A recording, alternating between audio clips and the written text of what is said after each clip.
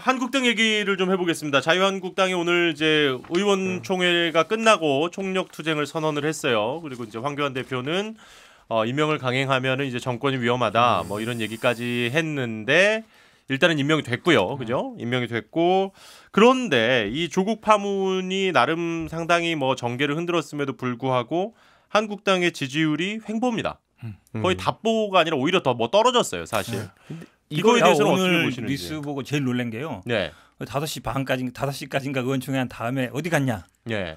저 국립묘지를 갔어요. 동작동. 현충원에 가가지고 그것도 6시에 문 닫는데 5시 50분에 가가지고. 그러니까 떨어진 것도 있고 아주 조금 오른 지금 결과도 다 지금 있는데 현충원을 갔죠. 왜 가느냐? 그게 참 의아해요. 보통 현충원은 뭐 대표라든 이런 분들이 취임하면 첫 네. 일정으로 가거든요. 그 다음에 또 광화문 가서 1인시 뭐 집회한다는데 뭐 아마 신고가 안 돼가지고 뭐 이렇게 띄엄띄엄 한다는데 한 3시간 동안 2시간인지 3시간인지 모르겠지만 의원총회에서 나온 결론이 현충원 가서 참배하고 광화문 가서 1인시 한다. 그러니까 그만큼 제가 보기에는 전혀 이게 준비가 안 된 거예요. 오늘 그러니까 오늘 자유한국당 그 의총한다는 거 보면서 제가 봤을 때는 뭐 법적인 수단보다도 두 가지가 있었어요. 현실적으로 정치적으로 강력한 수단. 뭐냐면은 의원직 총사퇴 같은 걸 결의하느냐. 절대 그럴 리 없지. 아니죠. 할 수는 있었어요. 뭐냐면은 한번 당장 끌려갈 이런 거야. 어떤 식으로 했을 거냐면은 요거 뭐 국정조사랑 뭐뭐랑 뭐뭐 걸고 이걸 언제까지 안 받으면 의원 총사퇴하겠다 정도는 할 수 있는 게 왜냐면 시간 지연을 시킬 수가 있어요. 할 수 있고 그리고 또 한 가지 있었다면 그냥 우리가 봤을 때 시각적으로 좀 충격적인 것들 할 수 있었죠. 예를 들어 그렇죠. 뭐 삭발투쟁이라든지 이런 것들. 예. 근데 아까 말했듯이 단식이라든지. 그러니까 절차나 규정에 의한 것들은 할 게 별로 없고 아까 말했듯이 정치적으로 의미가 큰 것이거나 아니면 시각적으로 우리가 약간 불편할 수 있겠지만 어쨌든 충격적인 것들을 할 수 있었는데. 근데 어쨌든 그 지금 말씀해 주신 정치적인 행동 중에 하나가 오늘 이제 현충원에 가서 황교안 대표가 나라를 지키지 못한 부분에 대해서 뭐 사죄 드린다. 그건 개인적인 대권 근데 그렇게 개인적인 보세요. 대권 그거고요. 예. 뭐 어떻게 비하적인 단어를 찾을지 몰라가지고 제가 이제 이 개인적인 정도로 대권 하시죠. 행보고 예. 그런데 그거와 다르게 당이 어쨌든 세력으로서 100명 이상의 국회의원을 가진 당으로서 할 수 있는 건 아까 말했듯이 지금 상황에서는 절차적인 것보다는 그 둘 중에 하나를 깔고 추석에 돌입해야 되는 거였어요. 그러니까 메시지가 세든지 아니면은 시각적으로 세든지 둘 중에 하나. 사실 내년 4월 총선을 앞두고 정치권에서는 이번 추석이 어떻게 보면 이제 내년에 설이 한번 남았습니다만은 사실 추석 그 제사상에 어떤 화두를 던질 것이냐가 되게 중요하잖아요. 늘 명절 직전에는. 그런데 지금 상황은 자유한국당 입장에서는 상당히 쉽지 않은 상황이 돼버렸다. 아까도 말씀 조금만 듣고 제가 보기에는 사실은 이 청문회 전국 시작할 때부터요. 청문회 할 때부터 뭐 한이 많이 보이콧 한이 많이 또 할 건가 말 건가 가지고 굉장히 왔다 갔다 했거든요. 그랬죠. 뭐 우리 당 입장에서 계속 하자 그러는데 뭐 필요 없다 낙마하자 막 이런 뭐 한국당 입장에서는 뭐 하러 하냐 보이콧 얘기도 나왔고 또 이틀 한다 그랬다가 나중에 하루 했고 결국 뭐 증인도 없이 했는데 결과론적으로 보면 아마 청문회는 야당의 시간이거든요. 그럼 별로 못 살렸어요. 근데 더 중요한 건 뭐냐면 청문회 할 때 쭉 보니까 언론에서 나온 그동안의 보도, 반박 기자회견 했던 내용 말고 없어요. 우리 당 분들은 그래도 역할 분담했더라고요. 펀드 해명은 누구, 상장 해명은 뭐 김종민 의원 아니면 뭐 예를 들어서 펀드 해명은 뭐 박주민 이렇게 역할 분담을 해서 뭐 띄우고 하시던데 한국당 의원분들은 똑같아요. 다 입시 얘기, 다 뭐 펀드 얘기, 다 똑같더라고 얘기가. 그렇다 보면 준비가 안 된 거죠. 제가 보기에 청문회도 준비가 안 됐고 청문회가 끝난 다음에 어떻게 할 건가 또 준비가 안 됐어요. 그렇다 본다 그러면 추석 지나도 제가 보기에 크게 달라지지 않을 것 같다. 여기서 뭔가 전해든 거 하나만 폭로하자면은 모 청문위원께서 그 사보임 되시기를 제안한 바가 있다고 합니다. 본인이 사보임 아니 그 외부에서 이제 그 청문회 준비하면서 저분은 좀 이번에 좀 강력한 선수로 대체되는 것이 어떨까라고 이제 제안이 들어갔으나 완강하게 좀 얘기는 뭐 많이 안 얘기죠. L일 것 같은데요. 그렇죠. 저는 뭐 특정한 인물을 거론하지 않겠습니다. 사퇴하세요. 아이 위험해요. 너 누굴 모른다? 안경을 썼나요, 안 썼나요? 아니 대부분 안경을 쓰고 계죠. 여상규 위원장보다 대부분 안경을 쓰고. 근데 그 얘기는 다 아는 얘기예요. 혼자만 하는 얘기 아니라. 그러니까 그게 되게 그런 것처럼. 근데 제가 이번에 또 이 국면을 말하고 싶은 게 뭐냐면요. 그게 지금 상황은 팀전이라는 걸 인식하고 있느냐예요. 그렇네요. 잘 보세요. 그 박근혜 국정농단 시기에 보면요. 그때 국정조사니 뭐니 하는 거 전부 다 정기국회 때였어요. 시기상으로. 그 말하면 정기국회 때는 야당 의원들이 사실 개인적인 욕심이 생겨요. 국정감사가 시작해 그러면은 그 보좌관들 쪼오죠. 야 우리 뭐 시각적으로 좀 튈 거 없냐. 그러다 보면 뭐 뱀 들고 나오고 뉴트리아 들고 나오고 난리 나는 거거든요 보면은. 근데 지금도 국정감사가 다가오고 있는데 지금 만약에 그 국정감사가 예를 들어 국정조사나 다른 일정 때문에 자기 안 될까봐 국정조사 이런 거 주저한다 그러면요 야당 의원들 판단 되게 잘못하는 거예요. 팀전인데 지금은 박빙 선거구에서 본인이 있다 하더라도 자기가 뱀을 들고 나오든 유티를 들고 나오든 뭐 라마를 들고 나오든 뭘 들고 나오든지 간에 그게 도움되는 상황이 아니에요. 무조건 팀전을 가야 되는 것이고 국정조사를 성사시키고 그 안에서 아까 어쩌면 현근택 부대님이 말한 것처럼 역할 분담을 해가지고 최상의 시너지를 내가지고 이걸 내야지 바람이 부는 것이고 그 바람 타고 우선 선거 분위기를 만들 수 있는 것인데 이 국면에서도 아까 말했듯이 그 청문회에서 보면은 본인이 꼭 나가야 된다라고 하는 사람들이 나오는 것처럼 국정감사나 이런 걸 앞두고 정기국회에서도 본인이 뭔가 또 자기 딴에는 되게 중요한 거 준비했고 자기 적고 현안을 준비할 수도 있겠지만은 그런 분들이 자기 욕심 못 버리면은 야당에 큰 바람은 안 분다. 이렇게 뭐 해임 건의안도 뭐 제출한다는 그건 아무 의미 있고. 없어요. 그건 어차피 부결될 거 아는데 국민들도 장난친다 그러니까 제가 주의 있게 본 게요. 지금 한국당 말 잘하시는데 대부분 아마 그 법사위원들 보면은 검사 출신이 되게 많아요. 그렇죠. 이분들이 뭐 정보력이 있고 이러다 보니까 폭로를 많이 주도하죠. 그 다음에는 굉장히 발언이 센 사람들이 있어요. 우리 뭐 장제원 의원 이런 분들이 어쨌든 말을 세게 하시는 분들이 있는데 장제원 의원은 제가 이번에 주의 있게 본 분은 어쨌든 지금, 황교안 대표가 가장 가깝다고 할 수 있는 어쨌든 이번에 정정식 의원이 어쨌든 당선이 됐잖아요. 황교안 대표가 가깝다고 알려져 있고. 근데 이제 청문회를 하는 거 보니까 별로 저기가 없더라고요. 임팩트도 없고 폭로를 주도하는 것도 아니고 내용도 별로 없고. 아니 그러니까 그렇다 보니까 지금 외부 스피커 그러니까 뭐 당연히 홍 전 대표, 홍준표 전 대표가 계속 또 이제 또 SNS 정치를 하시잖아요. 지금 페이스북에 계속 지금 자유한국당을 이제 비판하는 내용을 많이 올리시는데 그분은 청문회하기 전부터 안 되기를 고사 지내고 있었어요. 왜냐면 안 되면 물러나야 된다 뭐 이런 식으로 계속 이제 하셨거든요. 그러니까 김태현 변호사님 이제 두 분 얘기를 쭉 들었으니까, 그러니까 좀 어떤 식으로 해야 이 위기를 좀 타개할 수 있을 거라고 보세요. 정치권에 계시던 당에 좀 오래 계시던 분이 저랑 통화를 하면서 전국 얘기를 하면서 저한테 뭐라고 비유했냐면 본인은 이 진보 진영과 보수 진영의 새끼가라 전투가 벌어지고 있다는 거예요. 그러니까 새끼가라 전투가 뭐냐면 일본 역사에서 가장 큰 전투거든요. 일본이 동군과 서군을 나눠서 동쪽에 도쿠가와 이에야스, 서쪽에 도요토미 히데요시의 아들인 도요토미 히데요리 이 두 가문이 맞붙은 오사카 성을 두고 그 동군과 서군이 붙은 일본 최고의 전투예요. 새끼가라 전투. 거기서 이제 도쿠가와 이에야스의 동군이 이겨가지고 일본을 다 먹은 거죠. 장기 집권하잖아요. 그러니까 지금 우리나라 보수 진영과 진보 진영의 새끼가라 전투가 벌어지고 있다. 진영 동군이 어디가 서군이가 중요하지. 아니 뭐 진영 뭐 지역으로 보면은 동군이 있죠. 보수 지역이고 서군이 아무래도 진보 진영 아니겠어요? 뭐 지역으로 보면. 근데 어쨌든 모든 진영에 총동원하는데 진보 저쪽은 그러니까 저쪽을 표현합니다. 진보 진영은 모든 가동 인력을 다 동원했다. 야 우리는 어떤지 아냐? 우리는 앞에 조중동과 검찰이 앞장서고 있다. 당은 뒤에서 빌빌대고 있다. 그게 그 분의 표현이었어요. 저 100% 동의합니다. 조중동은 자기 편이라고 생각을 하시는 거예요. 아니 어쨌든 지금 아까 보수 진영과 진보 진영 얘기 나눴을 때 어찌 됐건 간에 보수 진영과 진보 진영 나눴을 때 현재는 문재인 대통령 진영과 그 반대되는 이렇게 나눈 거예요. 근데 중요한 건 이 정치 싸움에 당이 주도를 해야 되는 것이거든요. 근데 당이 끌려가요. 그 문제가 있는 거예요. 그러니까 이게 보세요. 예전에 최순실 사태 때 보시면 그때 최순실 사태 때 그 사태를 어쨌든 잘 이용해서 저 민주당이 정권을 잡았어요. 그게 민주당 그냥 먹은 걸까요?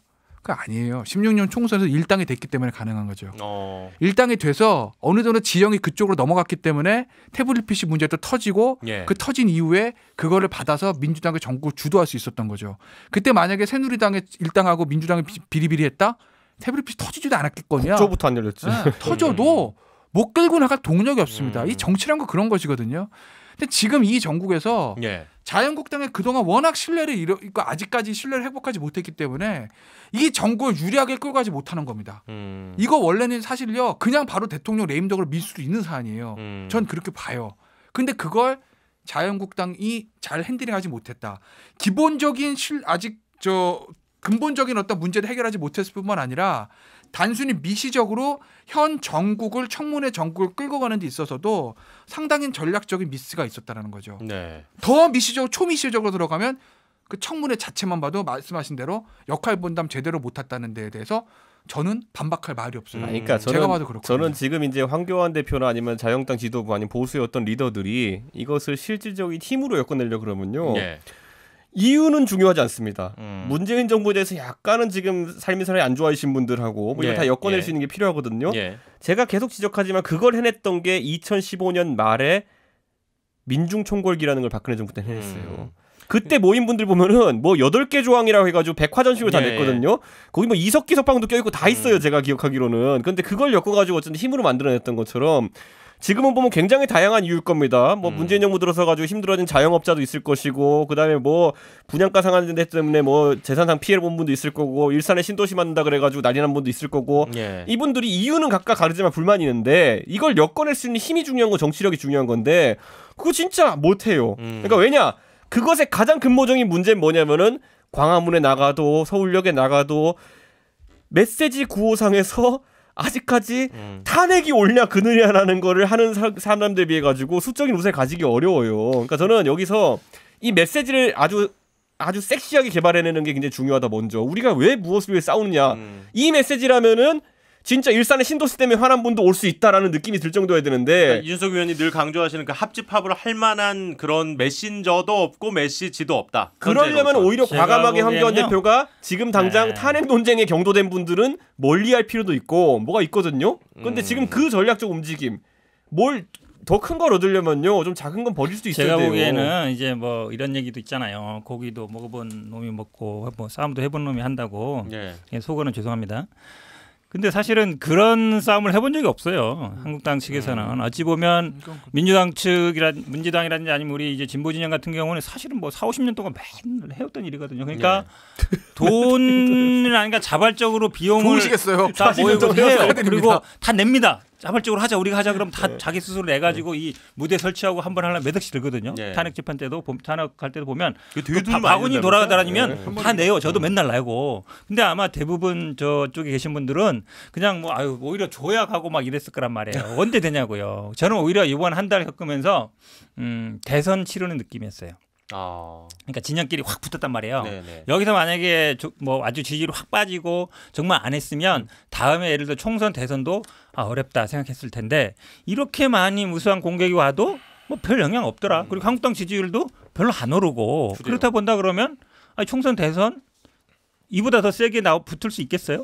그 이보다 더 많은 어떤 일방적인 공격을 당할 수 있겠어요? 저는 뭐 그런 상황은 아닐 거라고 봅니다. 저는 그래서 이게 부대 재편성이 필요한 시점이고 그 부대 재편성할 때 빨리 하세요. 그럼 둘이 합쳐가지고 빨리 해. 그러니까 40년 동안 길바닥에서 저렇게 했다 하시는데 40년 동안 그런 것만 연구한 분이 저희한테도 있어요. 뭐 하시라니까요. 하태경 그러니까. 선수라든지. 저야 총 출동시키겠습니다. 제가 제 편만 되면은. 좋아요. 마지막으로 제가 그 얘기 드리고 싶은데.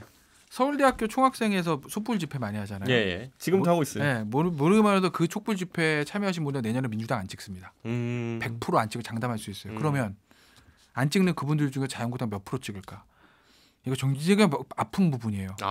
그게 표를 넘어야 되거든요. 바른미래당 찍으려나 보다. 그러니까 바른미래당. 그게 유승민 인기 좋습니다. 넘어야 되거든요. 아니 그 조항생 회장이 뭐 바른미래당 그게 안 넘어오는 그 당원은 아니지만 뭐 했다며. 그 부분들. 그러니까 예전에 촛불을 그러니까 흡수를 해야 되는데. 촛불 집회 때 당시에 박근혜 새누리당한테 엑스표를 쳤던 분들은 대부분 많이 넘어갔잖아요. 그렇죠. 민주당 쪽으로 많이 지지로.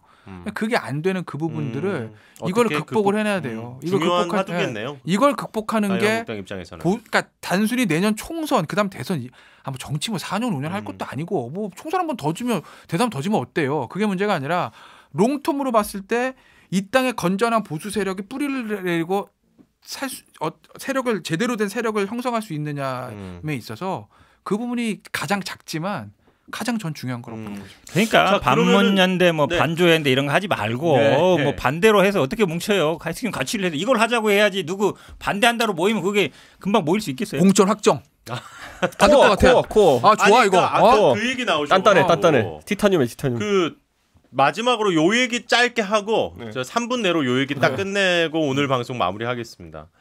어떻게 보면은 이제 그 자유한국당 입장에서 조국 그 장관 인사청문회 때 제1 공격수 중에 한 분이 이분이었어요. 최전방 공격수였던 장재현 의원.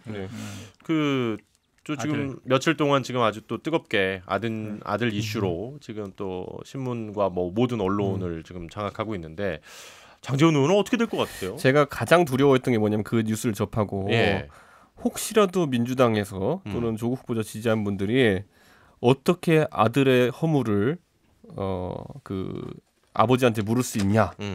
라고 할까봐 되게 두려워했어요. 오늘 표창원 의원이 그 얘기 했잖아요. 네, 그런데 그 대부분의 지지자들은 지금 어떻게 하고 있냐면은 장제원 사퇴해라, 아싸 이렇게 하고 있는 건 뭐냐면 조국도 같이 사퇴하라는 얘기니까요. 저는 메시지가 어쨌든 희한하게 잡혔다 이런 생각이 좀 듭니다.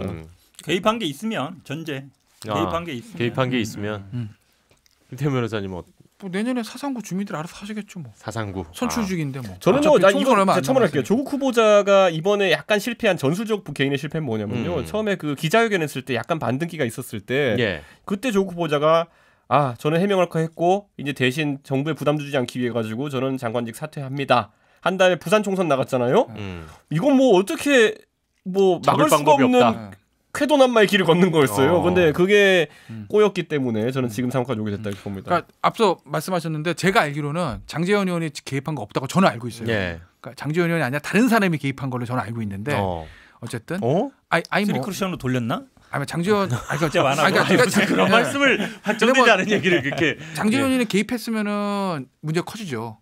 근데 개입 안 했다면 지금 이제 문제는 장제원한테 책임 물을 수는 없는데 어찌 됐든 간에 자식 관리나 이런 측면에 대한 것들은 그건 선출직 공무원이기 때문에 내년 총선에서 유권자들이 판단하겠죠. 그 말씀 드리는 거예요. 그때 근데 청문회 끝나고 1시간 뒤려가지고 개입할 시간이 아니겠어요. 물론. 그러니까 그 너무 이제 그 특히 이제 자식 관련된 걸로 이렇게 많은 공격 전담을 사실 장제원 의원이 하셨는데 바로 이런 문제가 터져가지고 상당히 좀 모양 빠진 건 맞아요.